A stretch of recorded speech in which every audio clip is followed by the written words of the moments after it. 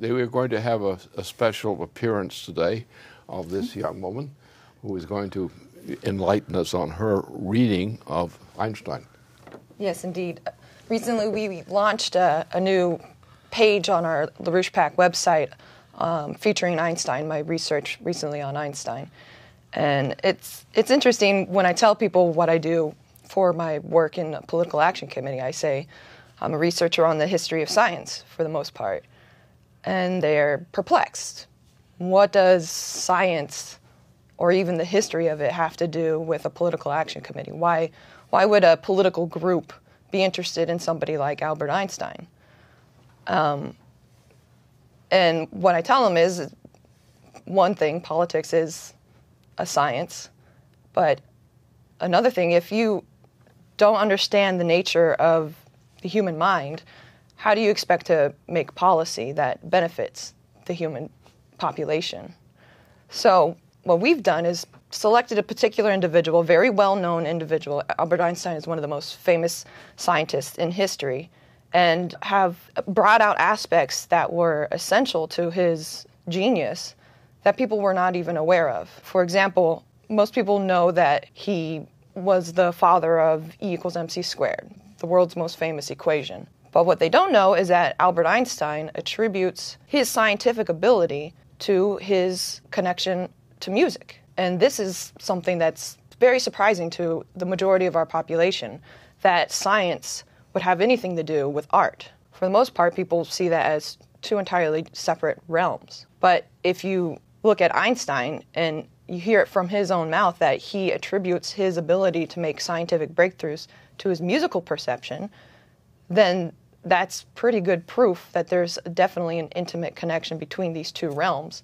And it should lead you to wonder, why nowadays is that such a surprising connection? And what we've gone through before is that this was done on purpose. There's been a purposeful dichotomy between culture, a classical culture specifically, and scientific ability. So with our work presenting Einstein's personality and his work in science and music, we hope to revive that connection. Einstein saw himself as a continuation of the progress of mankind overall. So when he studied the mind of Mozart, he was tapping into that creative history of mankind. So now when we ourselves look at the mind of Einstein, we are continuing that classical tradition, and we're able to make conscious the human ability to be creative and make breakthroughs. So the website is there for you guys to further study on, but just to give a general idea of Einstein's thoughts, I would like to read a few quotes from him. My discovery of special relativity occurred to me by intuition, and music was the driving force behind that intuition. My discovery was the result of musical perception. And just to further elaborate, he grew up in Germany in the beginning of his life, and his mother immediately put him to violin lessons. But he didn't really find a passion for music till when he was about 13, and he discovered Mozart's violin sonatas. This is what triggered his actual passion to do music out of love instead of just out of duty because your mom told you to. So when he found Mozart's violin sonatas, he said he saw in Mozart a man drawing out the underlying harmony of the world and putting it into a musical expression. And that was about the same period of his life where he started contemplating the nature of the speed of light, which was the crucial element that led to his discovery in his theory of special relativity.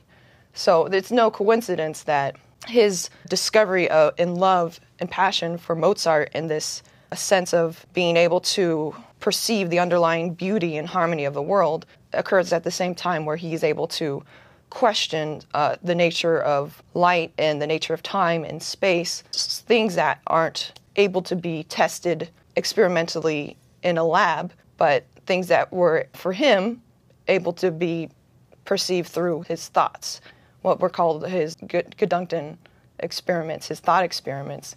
He was able to test something like the simultaneity of time with a simple thought experiment, when at that time he didn't have the physical ability to do that. As his friends say, that it was music that nurtured and shaped his mental landscape for him to have the imaginative strength to envision scientific processes, principles that can't actually be seen. Further elaborate from him, he says, "I am enough of an artist to draw freely upon my imagination. Imagination is more important than knowledge. Knowledge is limited. Imagination encircles the world." People would question him on how can you, as a scientist, how can you put more emphasis on imagination than on your senses or taking data or knowledge? Isn't your job as a scientist to pursue knowledge and not be a head in the clouds type daydreamer? He counters this point very well. He says, "I believe in the brotherhood of man and the uniqueness of the individual. But if you ask me to prove what I believe, I can't. You know them to be true, but you could spend a whole lifetime without being able to prove them. The mind can proceed only so far upon what it knows and can prove. There comes a point where the mind takes a leap. Call it intuition or what you will, and the mind comes out upon a higher plane of knowledge, but can never prove how it got there. All great discoveries have involved such a leap."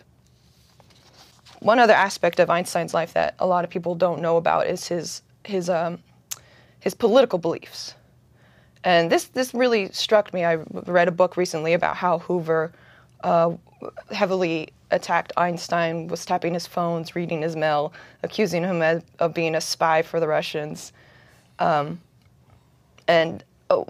I came away with, I was surprised at myself for not realizing that, of course, Einstein was also a political maverick, not just a scientific maverick or a cultural revolutionary, but also a political revolutionary.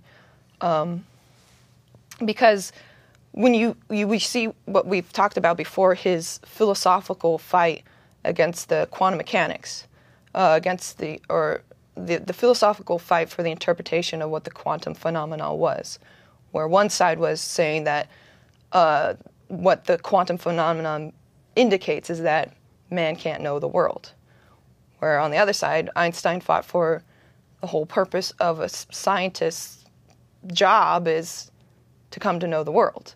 And if you don't believe that the world is knowable, why bother being a scientist?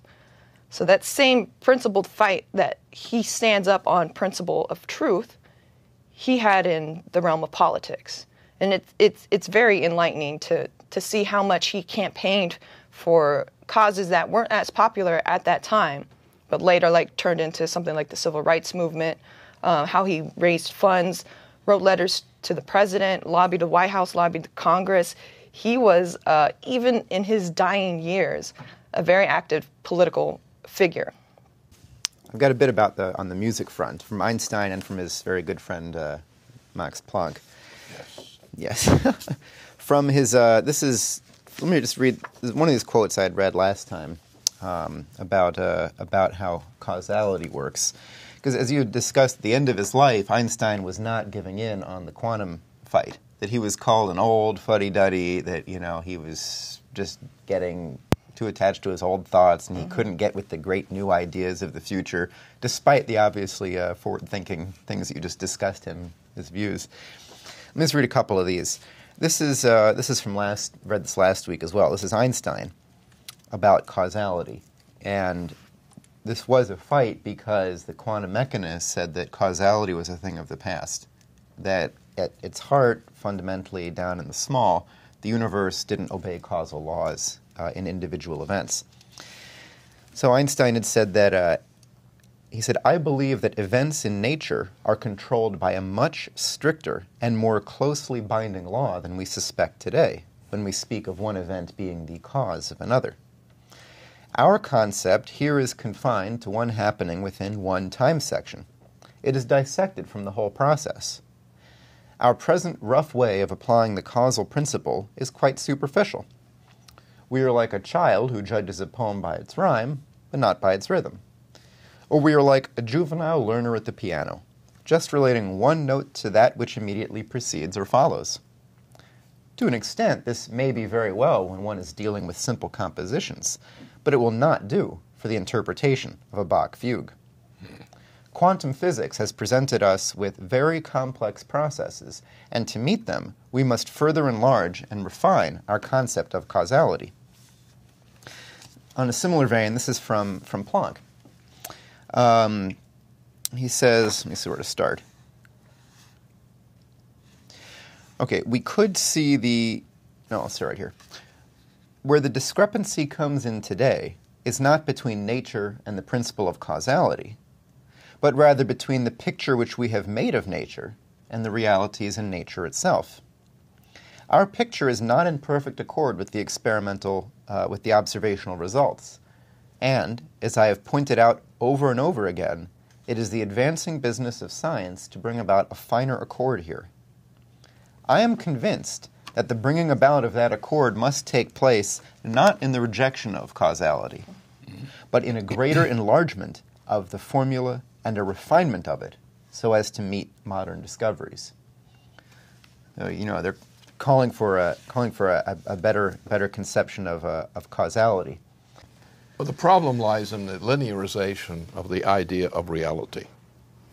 The best example of this is in classical music and classical poetry and classical drama. And you find what the problem arises is you have a cultural degeneration which occurred after the death of Beethoven and so forth, in that period. So you had this degeneration into a form of music which does not conform to what the lawful principles of music and poetry are. Now, therefore, the difference is that when you get into this linear conception of space and time as an imposition, as an actual executable explanation of this, then you just realize that what's wrong with you is you have the wrong culture. That we have from the beginning of Nicholas Cusa on, through the development of classical culture, we have a movement which goes through ebbs and flows, which are the struggle between the two views, that which is typified by Cusa and that which is typified as also by all classical artistic composition, which is truly classical. And therefore, if you have to abandon the domain of belief in sense perception per se, because sense perception is merely a sense, and you are like an animal in the sense that you consider yourself as that.